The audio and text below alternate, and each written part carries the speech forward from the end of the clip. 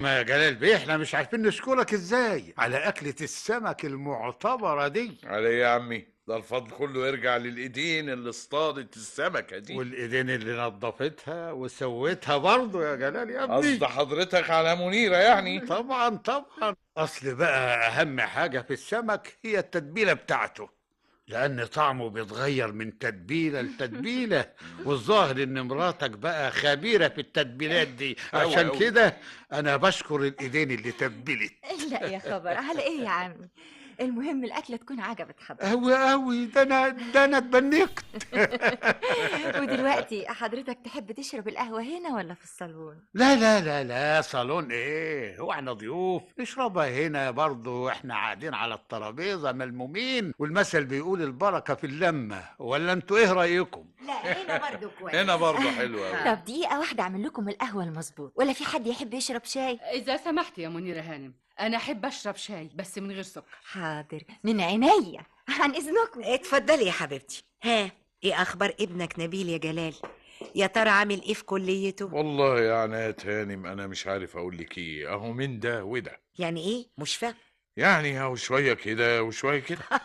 برضه مش فاهمه. ما أنا برضه مش فاهم عشان أقول لك.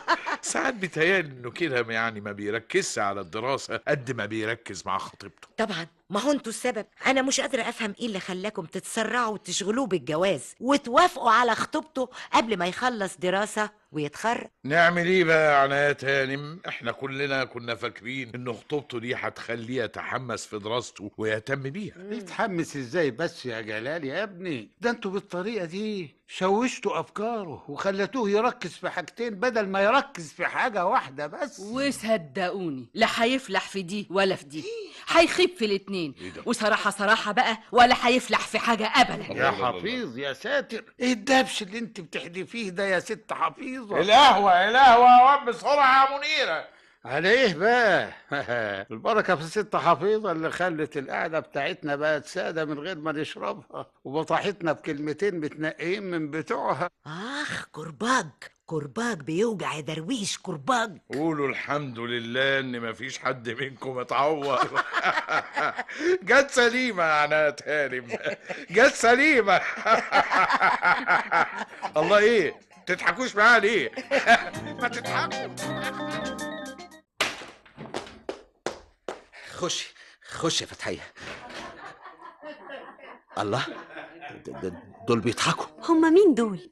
صحيح، انا نسيت اقولك، دول عندهم عزومة عشاء الليلة دي. هما مين دول؟ الناس الكبار بتوع العيلة عاملين لهم عزومة. حلو قوي، يلا بينا نطب عليهم. على مين؟ عليهم؟ الله، انت بتقولي ايه؟ انت لازم بتهزري. بهزر ليه؟ اصل انا قصدي اقولك يعني ان دي عزومة للناس الكبار، وانت طبعا يعني